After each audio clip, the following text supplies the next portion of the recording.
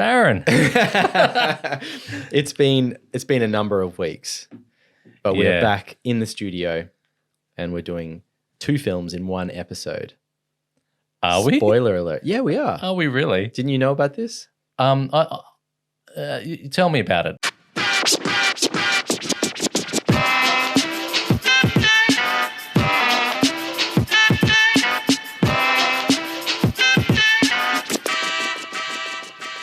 Okay, so what happened was we said, going way back, we went to MIF and we saw Bodies. And you saw Sissy while there as well. I wanted to, didn't get to it. Actually, I didn't see either of these films. What am I talking about? I've had to go and find them afterwards and see them. And they're very related. And so somewhere along the way, we started chatting about, do we do one? Do we do both? And it just seemed obvious that actually we should do both. Okay, well, let's start with Bodies. And let's start with the maestro giving an IMDb synopsis of Bodies. Oh, please, Maestro. By the way, hi, Maestro. Hi. Maestro's been away. He has been away. Where you been? Where you been?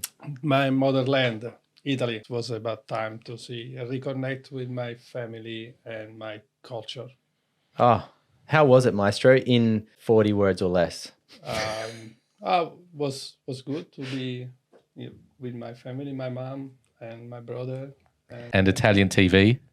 Italian TV, crazy Italian TV. It's really depressing. No, I mean starring on Italian TV. What are you talking about with the soccer? Okay, that was depressing. I went to see a soccer match in Napoli, Napoli Udinese, and I was interviewed outside the stadium because I was the Australian family coming to Naples to watch the match. To watch it, and you had all the gear on. You had the scarf, the hat. Scarf. You looked like the biggest tourist ever, but it was great. I loved it. You know, he didn't give us a plug though. I thought he could have just said, in Italian, check out, that reminds me of. Yes. Baron, the Doc and the Maestro. P.S. Yeah. While we're talking about things in Australia. Yeah, because European soccer fans are our demographic. Yeah. So, Maestro. Okay. Bodies.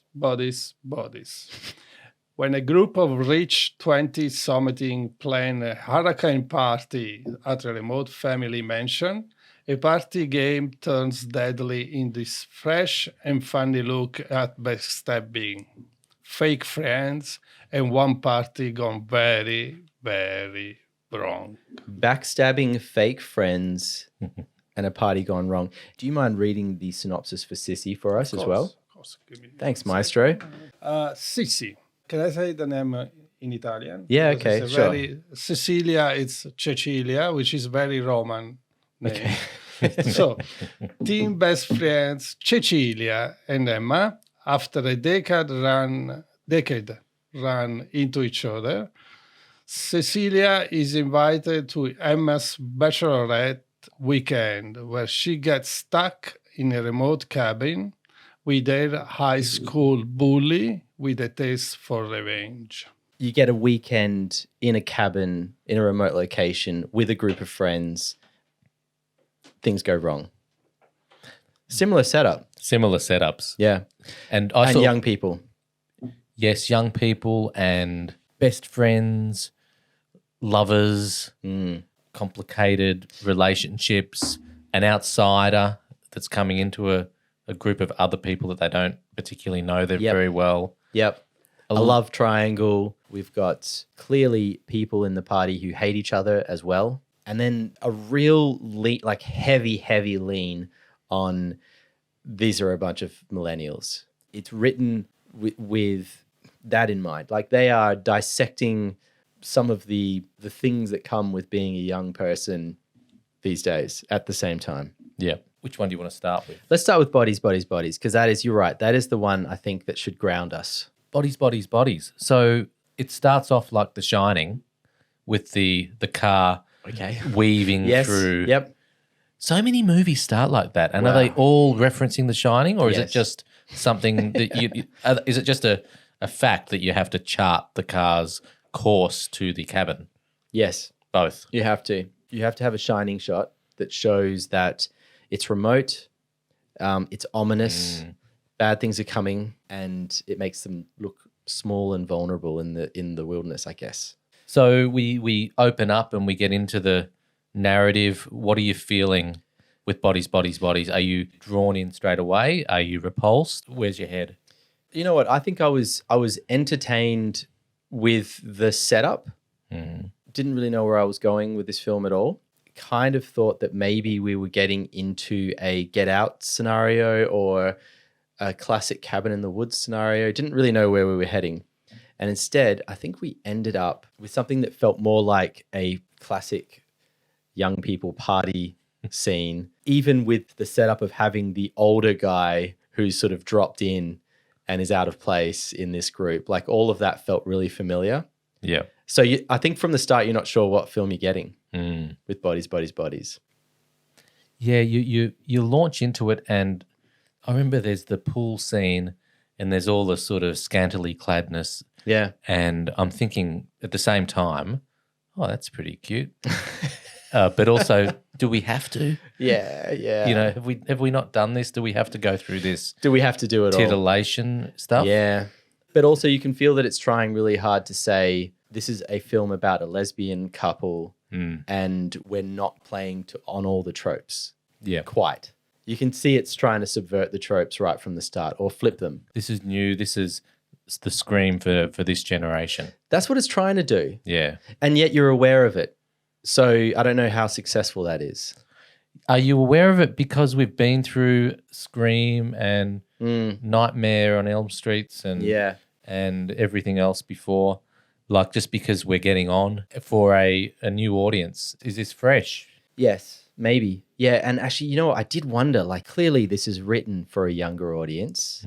Does that mean that it's only for a younger audience? Like to me, as soon as I say that, I think that's a stupid thing to say because I'm going to watch anything that's made. At the same time, I was watching this going, I'm starting to feel a little bit old for this, or this is feeling like it's written for definitely not me.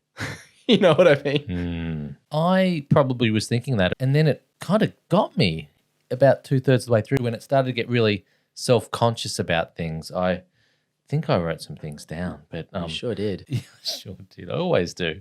When the gloves start coming off and they're going at each other and talking about one of them doing a podcast Yeah. and another bagging the podcast. Yeah. So I was prepared for this because the trailer leans really heavily on this aspect of the film. I haven't seen the trailer. If you watch the trailer, the way it positions the film is as a Scream type slasher where all of the young people are really concerned about being triggered or microaggressions or who said this in an inappropriate way. There's a whole bunch of wokeness throughout the whole thing.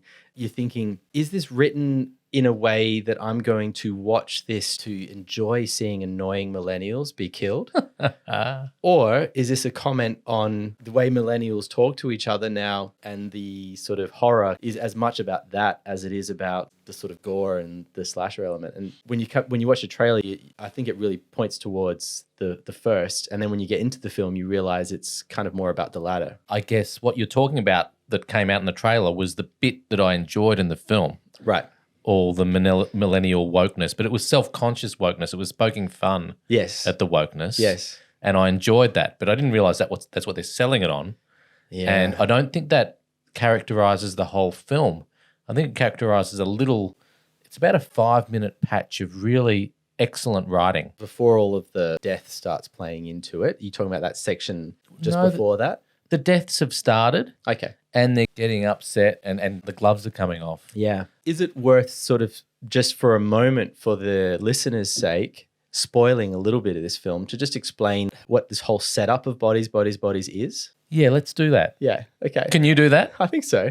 So it's a little bit like Murder in the Dark. It's a game they play. Yeah. Called Bodies, Bodies, Bodies. You choose a murderer in the group and everyone runs off into the house and hides. Or actually, it's a little bit like, that's that game that all the kids play, Among Us.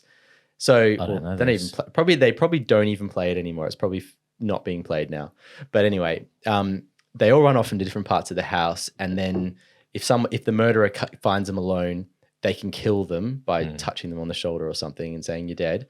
And then somebody comes across the body and yells out. That's the game. of course, what happens is before long they come across an actual dead body. Yeah. One of them has died. And prior to that, we've seen them all arguing and being dickheads to each other. So you start to think, well, it becomes a whodunit. Who has it out for who? And the longer they're trying to figure that out, the more bodies show up. That's Yeah. the premise, right? That's the premise. Yeah. Do we want to No. get into Sissy? Let's talk about Sissy for a second. Okay. And then I think we can talk about pros and cons of both of these films and reminds me ofs. Yeah, okay. Do you think? Yes. Okay. Sissy. Okay, where to start? Well, Sissy starts off with sort of this pretty great intro to a character where it shows her doing her bit for YouTube or Instagram or she's TikTok, an influencer. whatever she does. She's an influencer and she's a holistic well-being kind of influencer. And she does her bit and sends it off, posts it, and then basically switches off the cameras, lets her guts out, gets some cold pizza out of the fridge and starts watching like some crappy daytime TV. And you realize that the whole thing she's done online is totally different from her reality, which is a comment in itself. That was a strong opening, wasn't it? Strong opening. Yeah. Yeah. And even though there were elements of that annoyed me a little bit Yeah. as a filmmaker, I think it's a strong opening for a character and a strong opening for a film. And it's something that is behind bodies in the background, but you don't really delve into that. Like Right. you know that they're doing that sort of crap. Yep. But you don't start there and see the life of a Exactly. podcaster. It's assumed that they're all doing that stuff. Yes. That's set up right from the start. You get it. You don't actually need to show it. You know that that's what they're all doing to varying degrees. There was a big parallel between the main character in Sissy and the blonde girl in Bodies. The outsider. The outsider. Yeah. So yeah. there are two outsiders coming into Yes. existing groups with Yes. tenuous sort of relationships with them all. Yep. And as outsiders, they both get accused pretty quickly, Yeah, they do. which is interesting. In Sissy, she's your main character, so you feel for her in a different. Well, I guess they both kind of are really. They're both sort of the main characters, or the protagonists, the heroes that you're going to root for. But in Sissy, she's quite an unreliable narrator, I think, or main character in a way, because you know from the beginning that her life is kind of a lie, or the image she's projecting is. Yeah, yeah. And so you don't know where she's going to go. And you can sense she's a bit crazy. She's tapped to a degree. And of course, the film takes that all the way. We've got to start giving spoilers, don't we? I think so. Okay. So there are spoiler alerts from now on because we need to talk about where they go Yeah. to get into it, really. So if you've seen Sissy or if you haven't seen Sissy or Bodies, stop here yes. and go and watch one of our other episodes. Jojo Rabbit's a good start if you want to see Episode 1. Episode 1 when we were fresh. Yeah. So what were you going to spoil first? What's the way to start spoiling? The way to start spoiling is, I guess, the similarity between them both is the fact that the deaths are accidental from memory. That's a great call. Yeah. And this is why we had to talk about both films in this episode, I think. They Yeah. are the perfect reminds me ofs for each other. They are. So in Bodies, you've got deaths that are all completely accidental, and they're looking for a phantom killer that doesn't even exist. Yeah. In Sissy, there is a killer, but it's sort of, she hasn't meant to go out and kill everyone. It's just circumstance, yeah? At least to At least start for with. starters. Okay. It gets a little dicey after that. But Yeah. even still, some of the later deaths, they're still kind of at best manslaughter, you know. So Yeah, no, that's what I mean. Like, yeah. she's just got herself in an awful situation, one thing after another, and she's just dug it deeper and deeper. Yeah. And you can sort of feel how life could get that way. Yeah. In Bodies, we're given the journey of, you know, someone was being an idiot and a body arrived. And because of their mistrust of each other and all of the previous arguing that's going on, they very, very quickly unraveled because there wasn't any real tight-knit friendship there to start with, I don't think. What's established is that they're all there together. They've been through a lot, but they all kind of dislike each other on some level. What was you there? know? There's a quote that I wrote down. Hang on. I only hang out with you through pity and, quote, the suffocating weight of our shared history. Yes. That sums it up perfectly. It sums it up. They've just been Man. doing this crap for years. You know, while I didn't love all of that film and I didn't love where it all went, there is some really tight writing in it. All the podcast stuff made me so happy. Yeah. What is your podcast about? It's about hanging out with your smartest and funniest friend. Audience. The Baron, my funniest and smartest friend. And then she gets challenged. She gets on the defensive. First of all, a podcast takes a lot of work. You've got to organise the guests. You've got to do a Google Calendar. And then you've got to build a following. It takes a lot of time, and I've been working on it for a while, she says. I just thought that was so self-consciously beautiful. It was great, actually. So that's a good writing, but it all happened within a very short period, and the rest was kind of a bit whatevs. The premise is great, but it's like so many of these sorts of films, there's a lot that hangs on what happens after that premise kicks in, you know, and that's where they often fall apart. So, yes, that moment where the body arrives and all of that built-up tension starts to explode is going to be the best bit. What are you talking about when the body arrives? Which body? The first one, Pete Davidson. Yes, when he arrives, when his body is found, Okay. I should say. Yeah, he doesn't arrive. Yeah. When his body is found, and it all starts to unravel. That's when all the good stuff happens. When his body arrives. Yeah. I think I was just balking at the way you said it, as if it sort of, was delivered. Yeah. But no, when they discover. Yeah, as in like in the arc of the story, his body arrives. His body arrives at a in certain the point. narrative arc. Yeah, that's right. I hear you. I'm with you. Yeah. Hey, no, shush. I'm getting the sense that you didn't like this film very much. If I was just going to, be quite blunt and honest about it, I didn't really like either of them very much. Yeah, wow. I think I enjoyed Bodies, Bodies, Bodies more than Sissy because I think the Americans and their sensibility works better for this sort of film, generally, but not always. And I think that there was a little too much of the old Australian quirk in Sissy that I just found hard to stomach. What's the quirk? That quirky humour that seems to be an Australian brand. You can feel self-conscious, can't you, when it's Australian? It's us. Yeah. I don't know how that goes elsewhere. I wonder. Yeah. Yeah, I wonder how it plays. I don't know how either of these films went in terms of like audience reaction, critical response, box office success. No idea. Well, I've seen Bodies, Bodies, Bodies twice. Yep. So I saw it at MIF. I would have been smashed at MIF, let's be honest. Okay. Because that's what I do. Like I do generally sort of see 3 in a row. Yep. And if I'm 3 deep, this is probably late in the day. Yep. And I would have been anyone's, I reckon, when I was watching this. And then I looked back, because at MIF you can rate the films. Yeah. Yeah. And I looked back and I gave it an 8 out of 10. That's pretty good. That's That's excellent. that's better than pretty good. That's excellent. Like, I don't give those out lightly. Right. Well, guess what I'm going to do? Just while you're chatting about that, I'm going to Rotten Tomatoes both of these and see what comes up. Yeah. Okay. While you're looking, IMDb rated CC 6.2 out of 10. I think that's fair. Bodies. Bodies. I'm putting you on the spot here, Maestro. Yeah, come on. 6.3.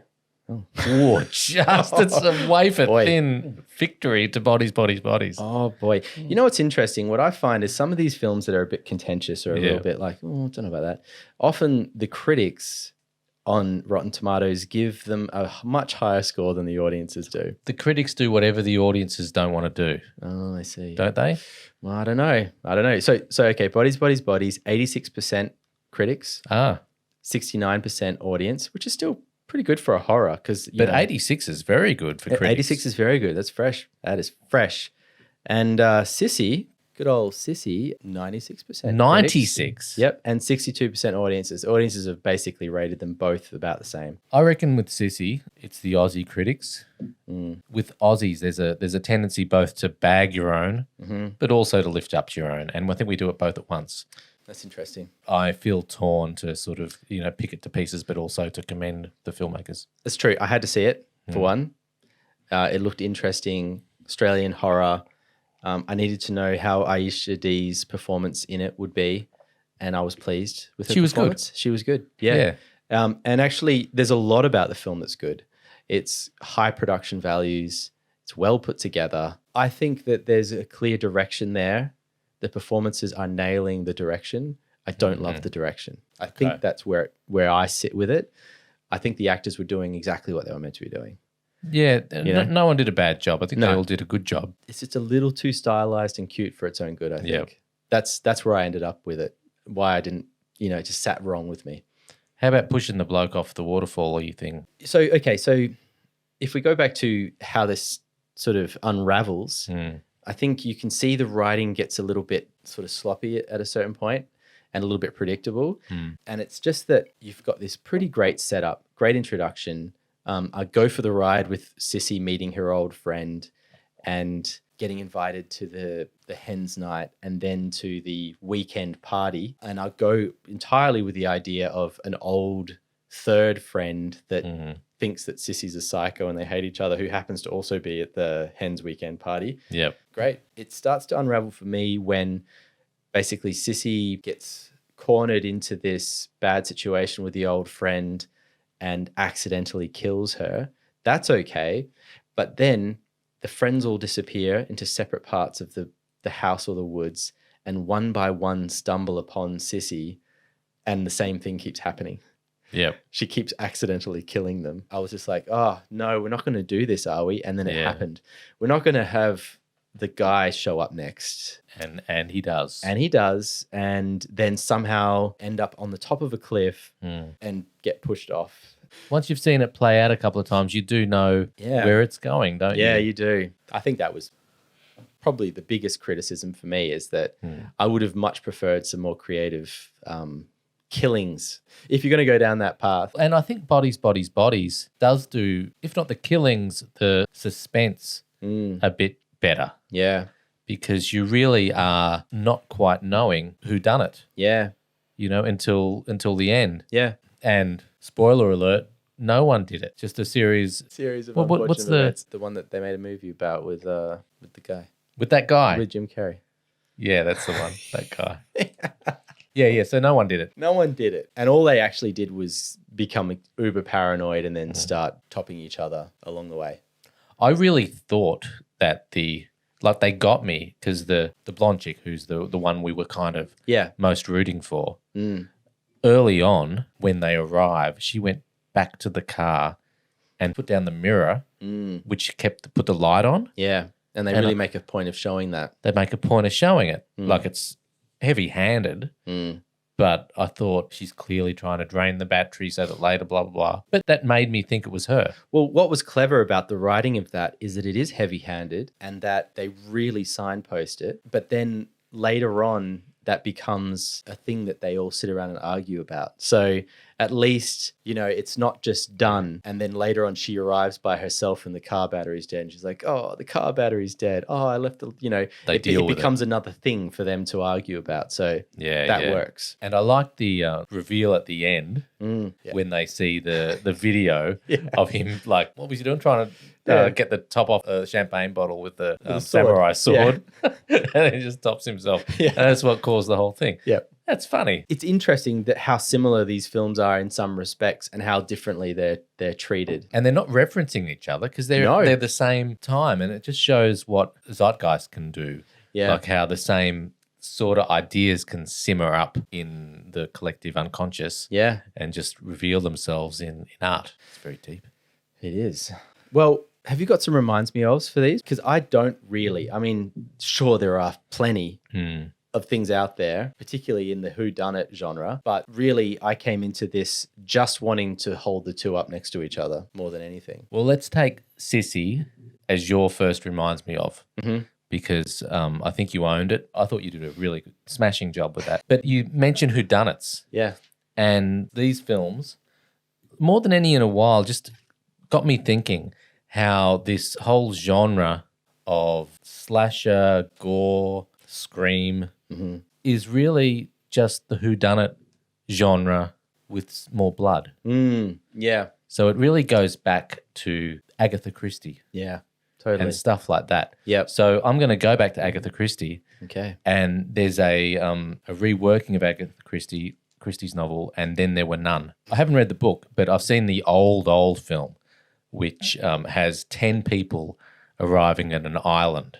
People start to get topped off. Great. And who they're just looking at each other who did it. Isn't it interesting how basically the island is important and is there in all of these? Yeah. Whether it be a train, a giant mansion like Clue, or some little cabin or house in the middle of nowhere during a tornado. What was it, a tornado or a hurricane? It was a hurricane. In bodies. Yeah. So yeah, I was reminded of just whodunits, and then there were none being the sort of quintessential whodunit that I was thinking of. Yeah. But then there was a reworking of And Then There Were None with Sam Neill, this really good cast, like a series of 3 episodes. And there is a scene, I kid you not, where they all start, it's set in the 30s or 40s or some ancient time, but they all start getting on the gear, and they're doing lines of things and getting drunk and going berserk. Yep. And one of the characters actually says, blah, blah, blah, bodies, bodies, bodies. Really? So Wow. he says the words bodies, bodies, bodies Yep.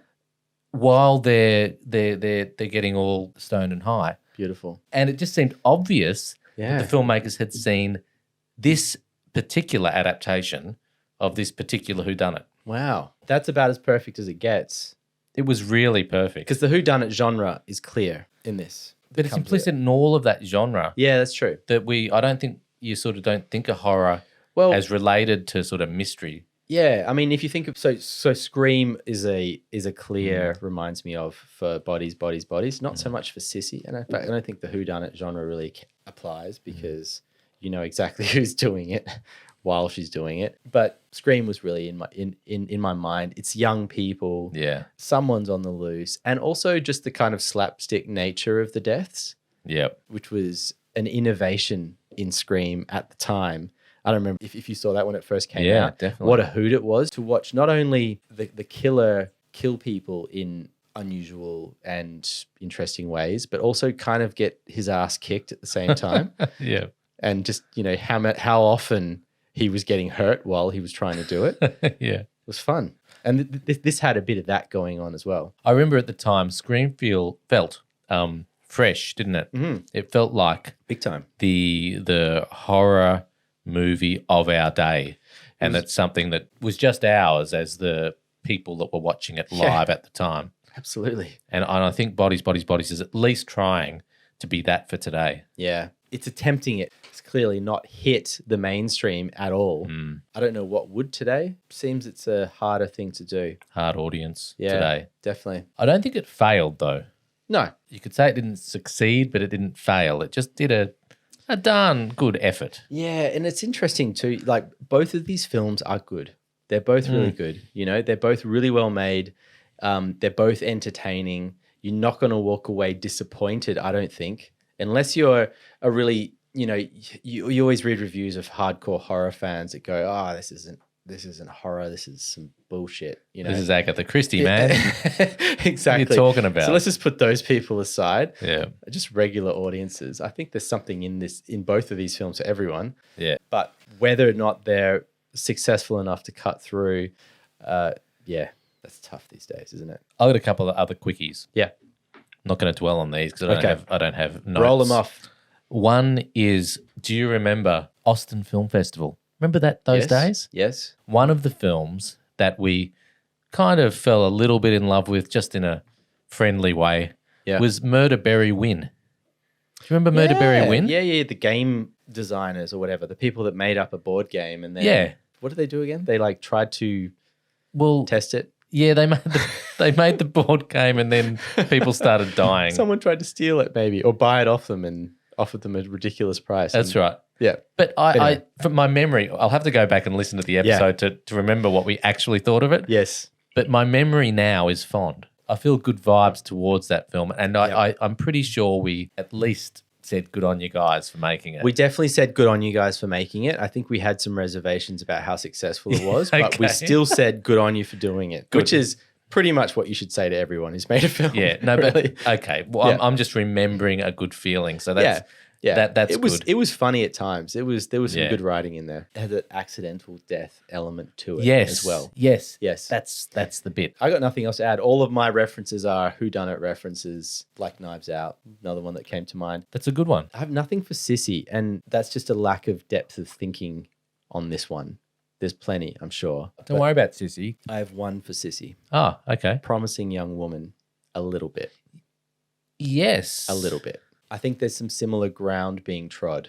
Well, we're dealing with one woman as the central crazy, aren't we? Yeah. Crazy, yet you can see how she's arrived there.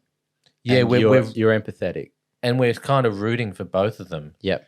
One's accidentally killing people, and we're thinking, oh, the poor thing, she's accidentally killing all these people. The other one is purposely killing all these people, and we're thinking, oh, awesome, you Fair go, enough. girl. Yeah, fair enough. Yeah. I've got my last one is very brief, and it's just for you. Great. When I think it was the blonde girl who we sort of feel like is the main character is looking around for a weapon, and she picks up a hammer. Yeah. And I thought immediately of your old favorite, Old Boy. That's great. You know, when Yes. he's looking around and the thing he gets is a hammer. You know what? I noticed the hammer too because it is such a nasty, nasty weapon, which is what we commented on in Old Boy when we were Yeah. talking about that. It really is nasty. Someone picks that up, you're like, ooh, something a little bit wrong with you. Well, there's something a little bit wrong with Park Chan-wook Yes. in general, Yeah. but I feel But that's his genius to know that is a disturbing choice, you know? yes. Yeah. But it's such a specific, disturbing choice that I think if you're making a film Yep. post Old Boy Yeah, I agree. and you have the character fumbling around for possible weapons and they pick up a hammer, I think you're referencing Old Boy. I agree. And I don't think there's any argument about that. Yep, totally. So therefore, I've just got to say it. It doesn't go any deeper, No. but there's Old Boy in there. And yet it's there. Yep. Beautiful. Well, Doc, I think we should stop there. We know what we're doing next, so we might as well mention it. Oh, are we doing Avatar? Avatar 2, Ah, the long-awaited sequel. yeah. I'm halfway through rewatching the original. So we can deal with this next time, but I think it's going to be a very, very interesting chat. I can't wait. I cannot wait. All right. Until then. See you, Baron. Doc. Bye, See you, Maestro. Bye, audience. Bye, everyone. See you.